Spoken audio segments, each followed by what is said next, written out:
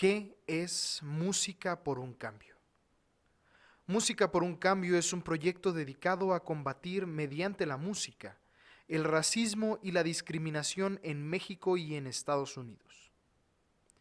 Esta serie de recitales invita a la reflexión y al cuestionamiento. Música por un Cambio busca que nos demos cuenta de la realidad que existe en el mundo y que hagamos algo al respecto. Mediante la música de compositoras y compositores mexicanos y afrodescendientes, así como conocer la opinión y trayectoria de cada uno de los involucrados. Música por un Cambio busca sembrar una semilla de lucha, de conciencia, de amor y de humildad en todos nosotros. No hay que dejar que sea solo un ideal. Hagamos acciones. En esta serie existen dos asociaciones involucradas, Racismo MX y Castle of Skins. Nosotros podemos apoyarlas a que continúen su ardua labor. Para ello, podemos realizar donaciones mediante PayPal. Todos necesitamos un cambio. El mundo necesita que cambiemos. ¿Qué nos hace falta para hacerlo? Que la música sea el cambio que el mundo necesita. Hola, mi nombre es Armando Ortiz Montenegro. El día de hoy en Música por un Cambio les tengo 3 obras del compositor mexicano Jorge Delgado, a manos de la directora de coros Yonora Guzmán, con su ensamble hecho en línea, formado por la soprano Cori Arteaga, Yonora como contralto, el tenor Enrique Zamora y el bajo Juan Pablo Mendoza. Obras que quizá es la primera vez que las escuchen, pero se enamorarán de este estilo de música. Comenzamos.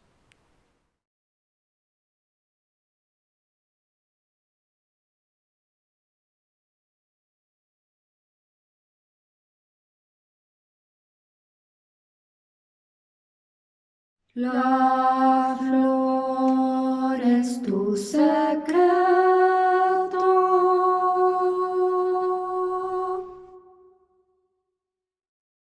La flor es tu secreto.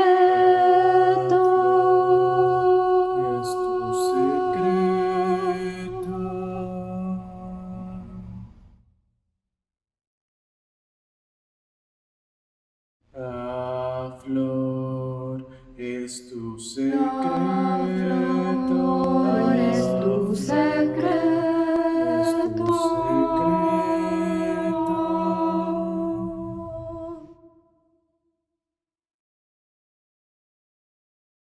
La flor es tu secreto. Es tu secreto.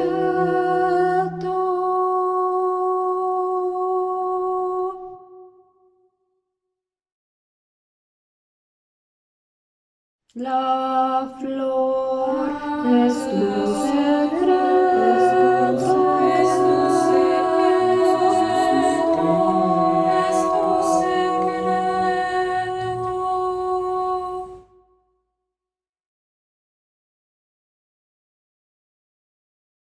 La flor es tu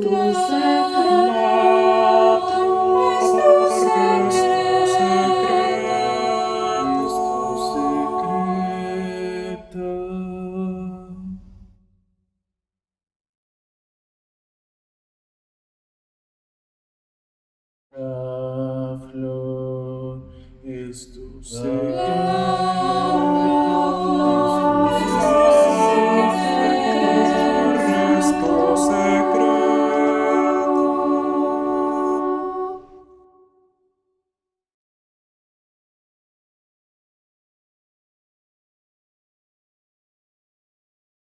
La flor es tu secreto. La flor es tu secreto.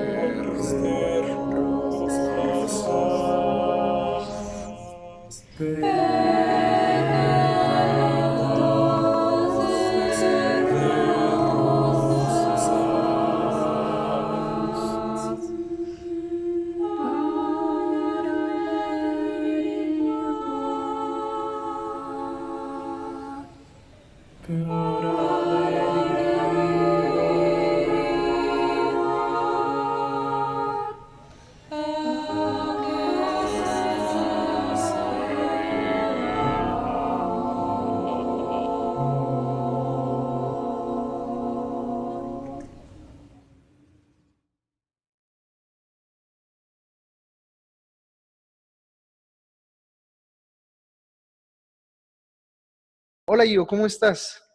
Hola Armando, muy bien. ¿Tú qué tal estás? Yo, mira, aquí estoy tan emocionado que hasta el pelo se me cayó de la emoción. Sí, Este, ya lo noté.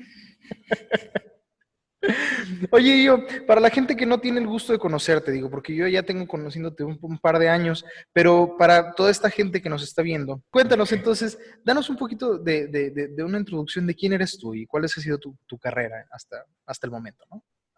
Ok, mi nombre es Jonara Guzmán y me dedico a la música desde hace muchos años. En realidad ni siquiera puedo decir, disculpen el desastre, vivo en la casa de Arnold.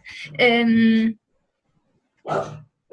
Nací en Durango, empecé a estudiar piano a los 10 años, seriamente. Antes de eso, desde los 4 años, siempre he tenido instrumentos cerca. Mi papá se preocupó porque tuviéramos eh, acceso a muchas cosas culturales, entonces siempre había aquí con qué dibujar, había barro, si querías hacer escultura, había muchísima plastilina o cosas de artes plásticas y había instrumentos musicales. A mí siempre me llamó la música desde muy, muy chica, pero así formalmente con un maestro particular como a los 9 10 años que yo recuerdo. Mi primer maestro fue jazzista, lo cual es gracioso porque jamás me he dedicado al jazz, pero algún día lo intentaré. Este, nunca estudié en alguna academia, siempre fue con maestros privados hasta hace muy poco. Y estudié una ingeniería en el Tecnológico de Durango que nunca he llegado a ejercer formalmente por cuestiones culturales de aquí del estado. Luego hablamos de eso. Eh, He estado participando en distintas orquestas y en distintos coros, dependiendo de la obra. Muchísimos años estuve, pues, con tu mamá en la Academia Cesaretti como ayudante, como asistente de dirección de coro, y estuve en la orquesta Rodolfo Halter como pianista y como asistente de producción. Ahí me metí muchísimo en el rollo de producción con Karina Estrada y con Humberto Robles. Um, Después de eso, el maestro Humberto me recomendó entrar a dirección al Conservatorio de las Rosas con el maestro Manuel Torres. Y literalmente, bueno, salgo de la carrera, empiezo a trabajar en lo que sea. De hecho, era cajera. Este, ahorro un poco de dinero y me lanzo a Michoacán a estudiar, así, sin conocer a nadie, sin tener a dónde llegar o dónde vivir o así. Hago el examen ese mismo día, porque ya se habían pasado los periodos de hacer el examen. Paso el examen, o sea, todavía me dieron chance de hacerlo, porque estaban los maestros casualmente ahí, y me dicen, bueno, ya entraste, el lunes empiezan las clases, y yo, ok, y ya, me quedé. Creo que fue muy amable la maestra que me hizo el examen de armonía, porque yo no sabía nada de armonía, yo nada me llegué y toqué. Recuerdo que en ese tiempo tocaba mucho más piano que ahorita. Llegué tocando en Brandenburgo 5 y lo acabábamos de presentar con la Halter en verano, por lo que lo traía muy fresco, traía mucha, muy buena mecánica en ese momento. Pero de armonía no sabía ni papa. Entonces, en ese momento, la maestra Mercedes de León Granda, que es la maestra de armonía del conservatorio, me explica cómo se forman los acordes y me dice, ahora transpórtalo a tal tonalidad. Y en ese momento lo tuve que transportar al piano, lo que sea que me haya puesto la maestra, a varias tonalidades, cosa que yo ya había hecho con tu mamá en la orquesta por, por el coro. Entonces no se me dificultó tanto por eso, porque seamos muy honestos, siempre creo que para mí es la mejor escuela de primera vista del mundo, trabajar en la orquesta con tu mamá. A partir de ahí empecé a trabajar dando clases en Michoacán particulares, luego empecé a trabajar en Esperanza Azteca, que luego se convirtió en la UNEM. salí de trabajar de ahí porque había ciertos problemas con los pagos, entonces no nos convenía. Y ahorita, este, perdón por eso. Ahorita hay, Recreo, ¿no? ahorita estoy empezando otra vez aquí un pequeño corito bebé. Tiene que ser así como coro de sana distancia, por lo que tengo que hacer ensambles súper chiquitos de 10 personas o menos para poder trabajar. Entonces tengo 3 niños y 3 adolescentes a horas distintas. Cuéntanos, en este trayecto que has tenido, ¿cómo ha sido tu experiencia en la parte siendo pues una tanto instrumentista y ahorita casi directora de coros, ya ha sido maestra, de ayudante, productora, o sea, todo lo que nos has dicho, ¿cómo ha sido para ti en la escena mexicana? ¿Cómo nos pudieras decir tu experiencia personal? Como lo he vivido desde dentro, o sea, siempre estuvimos involucrados en cosas muy culturales en mi familia. No necesariamente la familia, siempre estuve involucrada en el medio cultural. A mí me pasó que tuvimos un excelente maestro de música en primaria y las canciones infantiles de Revueltas, yo recuerdo haberlas conocido en primaria. No las veíamos así como, música clásica, no, eran una canción infantil más que teníamos que ver. Y ese fue mi primer acercamiento como tal que yo hiciera música mexicana. Porque la gente cree que música mexicana es pues el mariachi, la banda y el norteño, y es un poquito distinto porque hay una cantidad de géneros increíbles que se generan dentro del país y a los cuales, bueno, por cuestiones radiales sobre todo, no se tiene acceso, ya que la música mexicana como tal no cumple los estándares para salir en la radio o en la televisión en general. Ni está en 4/4, ni está en mayor o menor. Entonces, ya con esas dos cosas queda totalmente excluida de lo que es, no sé, pues los medios de escuchar música actuales, que sería Spotify. Es más, ni autotune lleva, entonces no creo que suene mucho. Pero desde que empecé a tocar, mis maestros se han encargado de mostrarme compositores mexicanos. Y cuando entramos al Conservatorio de las Rosas, ahí se generan compositores y son compositores bastante buenos. Entonces, usamos mucho lo que es montar piezas de nuestros propios compañeros y se les da el mismísimo respeto que se le da a Johann Sebastian Bach. Y si yo le voy a dedicar, no sé, 10 horas a estudiar Johann Sebastian Bach, las mismas 10 horas se las tengo que dedicar a la pieza de mi compañero. Entonces, esa cultura siempre la he tenido por parte de todos mis maestros, en todos lados. Y con cada persona con la que me he presentado, casualmente siempre llegamos a poner música mexicana. Siempre. De compositores serios académicos mexicanos. Desde el famosísimo y conocidísimo Huapango de Moncayo hasta las piezas que vamos a presentar contigo. Hablas ahorita de una parte que qué bueno que la tocas, en el sentido de cómo en la parte de la educación tú has tenido la oportunidad de abordar música de tus compañeros, o sea, compositores mexicanos actuales. Eso te pasó a ti, pero en general tú consideras que esto suceda en el país. No se tiene esta cultura en todo el país porque, pues, es completamente natural. La música académica está fuera de lo que es el ámbito de difusión cultural. De hecho, si llegan compositores casualmente al FONCA, normalmente los que quieran rescatar obra son los que se van a llevar todas las becas. Y los que quieran generar obra son raros, así contadísimos, y eso porque están apoyados por, gracias, Mario Lavista, que quiero agradecer porque sé que él ha apoyado a varios compositores, compañeros y excompañeros, pero son así bien contados y tienen que tener un apoyo, como apoyo un compositor de renombre, o sea, de peso. Si no, es muy difícil que puedan llegar a presentarse piezas de compositores vivos actualmente y jóvenes menos. Porque ya solo con ver los jóvenes vaya que los menosprecian en general. Es muy raro que a un compositor joven le digan, sí, pásele, bienvenido, nosotros montamos sus obras. Luego se pone uno a estudiar historia y se da cuenta de que pues Mozart a los 25 escribe ya sus sinfonías y ya es reconocido, entonces dices, bueno, alguien de 25 años es capaz de escribir algo decente. El chiste es probar. ¿Cómo es esta respuesta de los mismos músicos mexicanos al ponerles, al tener que tocar una obra de compositores mexicanos? Y si nos vamos todavía un poquito más al fondo, compositores mexicanos vivos. La mayoría de los intérpretes mexicanos son sumamente renuentes a montar una pieza nueva.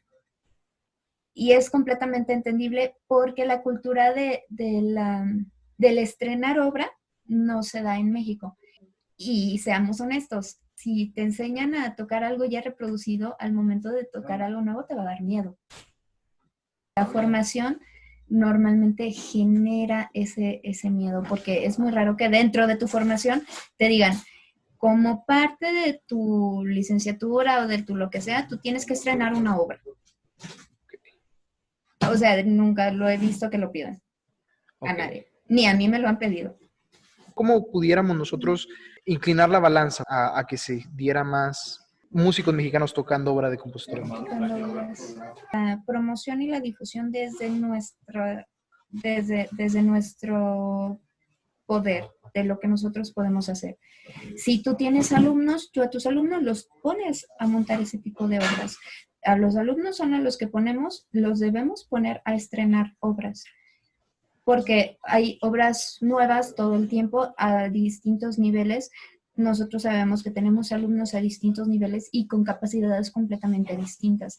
Entonces, estoy completamente segura que hay un compositor que va a escribir una obra para el nivel que tienes en tu alumno, en su instrumento. Siempre debe de haber alguno. Son un montón.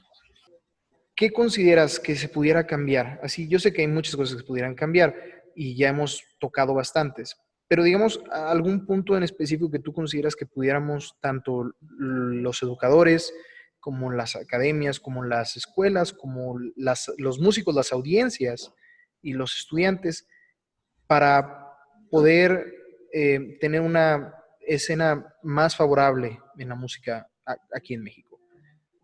Pues mira, no sé si se puede lograr, pero a mí me encantaría que se pudiese romper el canon radial, que el canon de Spotify. O sea, el romper un algoritmo es como mi sueño de la rebelión de las máquinas, así, mi sueño más guajiro del mundo. Pero otra cosa que se debería hacer es, dentro del contexto de lo que se te pide a ti como intérprete, es que estrenes una obra. Es algo que se nos debería pedir a todos los intérpretes de todos los instrumentos en todos los géneros. Que estrenes al menos una vez en tu vida una obra que nunca nadie más haya tocado y, si es posible, que se haya escrito específicamente para ti. Espero que la gente se quede con esto que nos dices, y espero que toda esta plática les sirva un poquito más tanto te digo, a los intérpretes, maestros, y a las audiencias, para poder apreciar un poco más la música que se hace actualmente y la música que se hace actualmente aquí en México, ¿sí? Porque es muy fácil, Claro como que ya sí. mencionamos, es muy fácil voltear a ver a lo de afuera, ¿no? Es como que más sencillo, es más lo que no se puede tocar, lo que no se puede alcanzar, lo que se puede imaginar, se idealiza y se trae más, ¿no? Me encantaría invitar a todas las personas que estén viendo esto a escuchar música local y, si se puede, música étnica, de lo que haga la gente. O sea, uno es mestizo, lo que haga la gente sangre pura de tu tierra. Entonces, hace poco me puse a estudiar canto cardenche y es una de las cosas más maravillosas que he podido analizar. Es fabuloso y me encantaría que más gente tuviera ese gusto de encontrar cosas nuevas dentro de lo ya existente.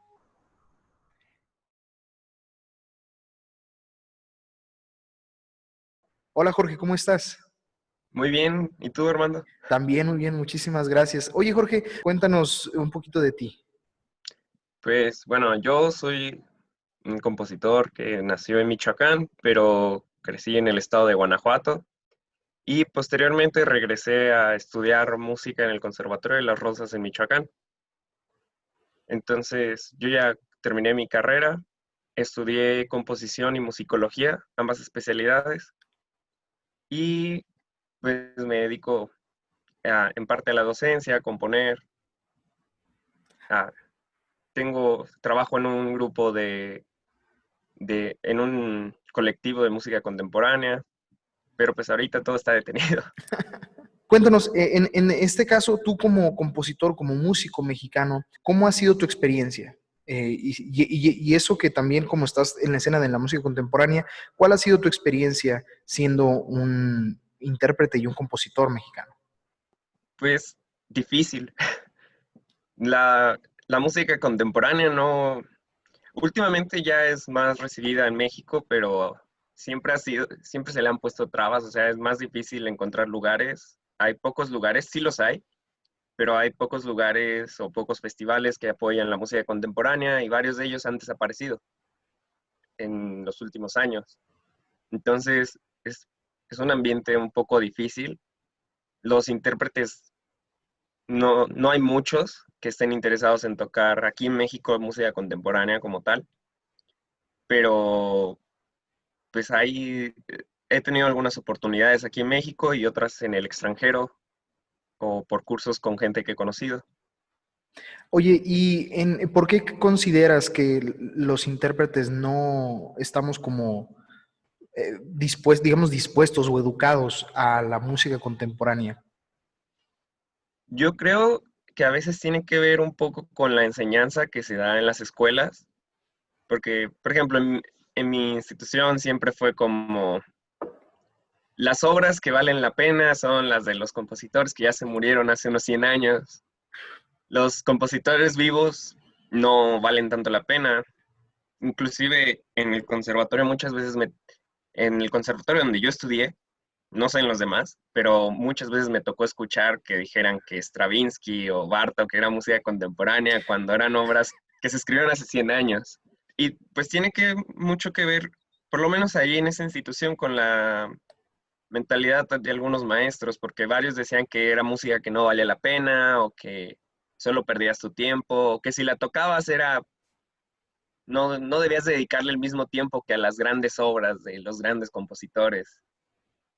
Entonces, no todos son así, pero la mayoría de los casos me tocó interactuar con gente así, que a veces solo te ayudaba por compromiso o por una calificación, ¿no? Sería más fácil si fueras un alemán de hace 400 años, seguramente totalmente sería mucho más sencillo. Este, Probablemente, por lo menos en ese conservatorio, sí.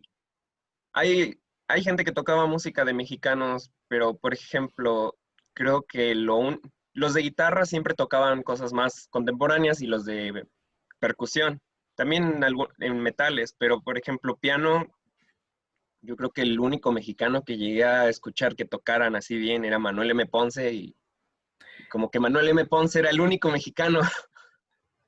Entonces, no digo que esté mal, pero creo que la, sí hay un pensamiento muy cerrado en algunas de las áreas que se centran mucho en la música en la música académica europea, que no creo que esté mal, porque era lo que se ofrecía en esa escuela, pero sí no se incorporaba a nada, o sea, era como que lo otro no existe o no importa y no pasaba nada. Algunos maestros sí lo intentaban de implementar, pero como ya era en niveles de licenciatura, los alumnos ya llegaban con esa mentalidad de no, la música se acaba en Bach o Beethoven. Entonces, bueno, y suena como Bach, te preguntaban, ¿suena como Bach, como Beethoven o no va a sonar así? Y te quedabas como, Me comentabas que estás también en un ensamble, eres parte de un ensamble de música contemporánea, sí, y que sí hay espacios que lo reciben aquí en México. Eh, ¿Cómo ha sido tu experiencia en ese ámbito de de tú tener tu propio ensamble y tú estar buscando tus propios espacios? ¿Cuál crees que ha sido la respuesta de la gente en cuestión al público, a la audiencia? una cara de asombro de qué está pasando. Okay. Nos ha tocado presentarnos en diferentes lugares, en algunos festivales donde era música de todo tipo y nos invitaron y el público sí ponía cara de ¿y esto qué? Entonces, nos ha tocado ir a un festival de música contemporánea donde el programa era música académica contemporánea y otro donde antes de nosotros pasó un ensamble folclórico, entonces el giro fue muy raro. También, pues como que no es lo que la gente se espera muchas veces. También nosotros estamos, bueno, el ensamble es un colectivo interdisciplinario, entonces tenemos música con danza, con actuación, entonces no es lo común de ver en un ensamble, pero sí las reacciones luego son muy, muy inesperadas en la gente. A veces hay gente que se emociona mucho y se queda y otras que se paran y se van. ¿Tú crees que la manera en que nosotros los músicos, tanto compositores como maestros, como instrumentistas, el cómo la recibimos, tú crees que eso influye en cómo la gente del público, quizás no ajenos totalmente a la música, pero, o incluso totalmente ajenos, ¿tú crees que eso influye en cómo ellos la reciben? No creo, muchas veces también depende del, ahora sí, del entorno del escucha, porque sí, o sea, lo que es, el público también escucha y lo que espera ver en algún lugar importa demasiado. Pero luego también, tal vez el único aspecto donde sí importa es cuando uno va a un concierto y ve al intérprete tocando con cara de fuchi lo que está interpretando. Entonces, desde ahí ya el público dice como, mira, tal vez esto solo lo está tocando por obligación o...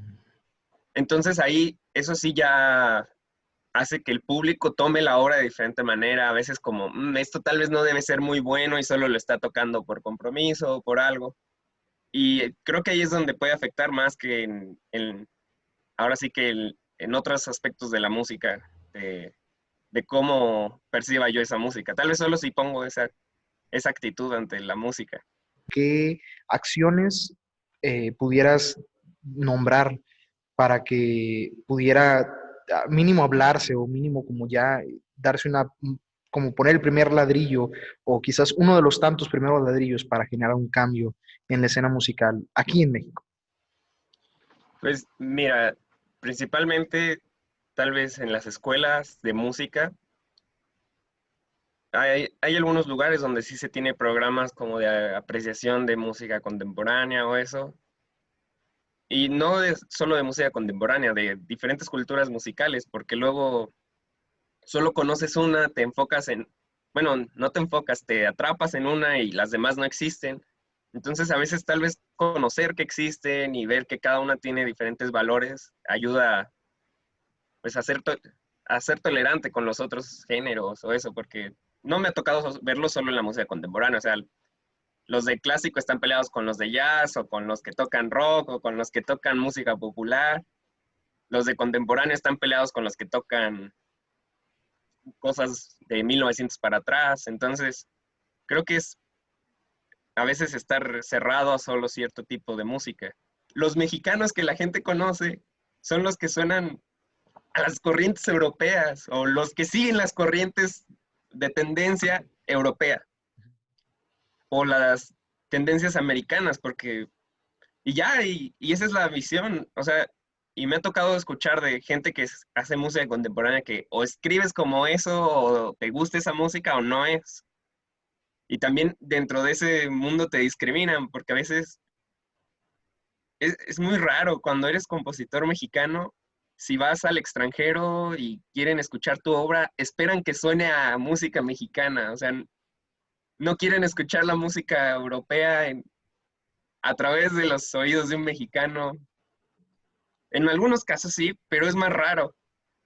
También otra cosa es que, bueno, en la música contemporánea muchas veces todo es como entre amigos. Y creo que a veces ese tipo de actitud a veces te deja encerrado en los mismos lugares porque como, bueno, le hablo solo a esta persona porque lo conozco y me va a ayudar. Y yo he tenido que llegar a eso, o sea, es algo que creo que a veces sí nos daña, pero lo tenemos que hacer porque si no, no se tocan las obras. Pero no debería de ser porque a veces sesgas a otras personas de ese grupo por no conocer. Entonces esa apertura creo que es importante.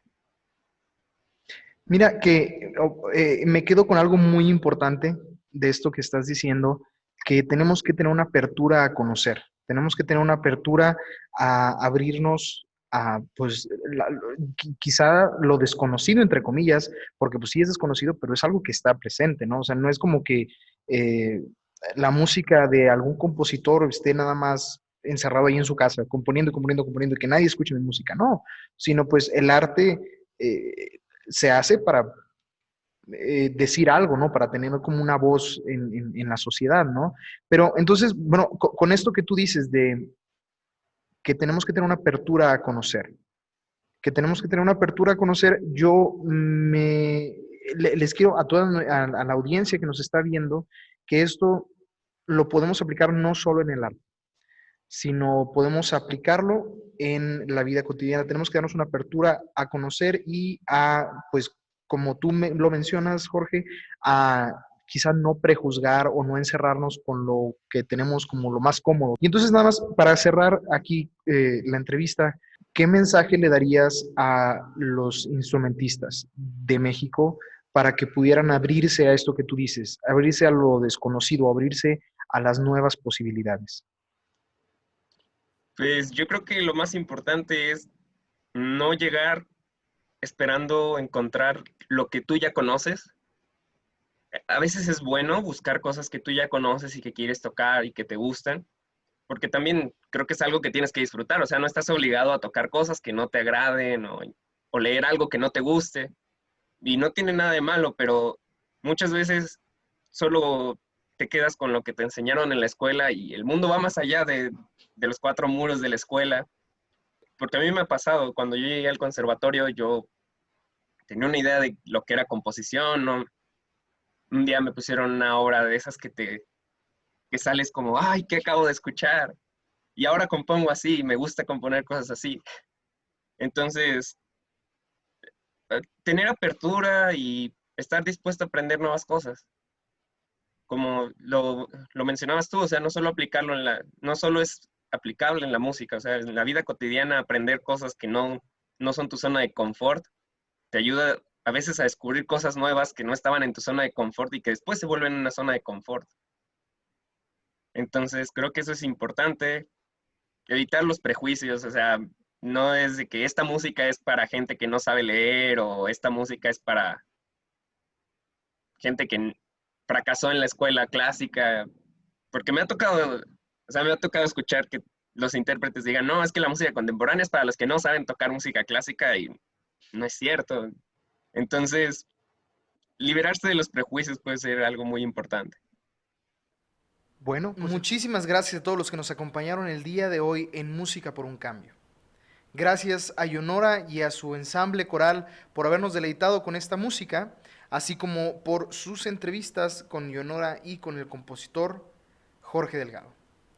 Espero que hayamos aprendido mucho el día de hoy y no se olviden de compartir Música por un Cambio en todas sus redes sociales. Recordemos que esta serie de recitales es dedicada a combatir el racismo en México y en Estados Unidos. Por lo tanto, también se están juntando donaciones para dos asociaciones, Racismo MX y Castle of Our Skins. No olvidemos donar. En la descripción del video se encuentran los links. Y bueno, nos vemos el día de mañana para esta segunda parte del recital del ensamble coral de Yonora, interpretando ahora la obra Babalú en la Habana Vieja, del compositor Roberto Valera. No se lo pueden perder. Nos vemos el día de mañana para esta segunda parte del recital, donde no solamente nos acompañan con una nueva obra, el ensamble coral de Yonora, sino que un nuevo tenor nos acompaña, el tenor Abraham Guzmán. Nos vemos día de mañana en Música por un Cambio. Gracias a todos ustedes por habernos acompañado y sin más por el momento, que la música sea el cambio que el mundo necesita. Yo soy Armando Ortiz Montenegro. Hasta luego.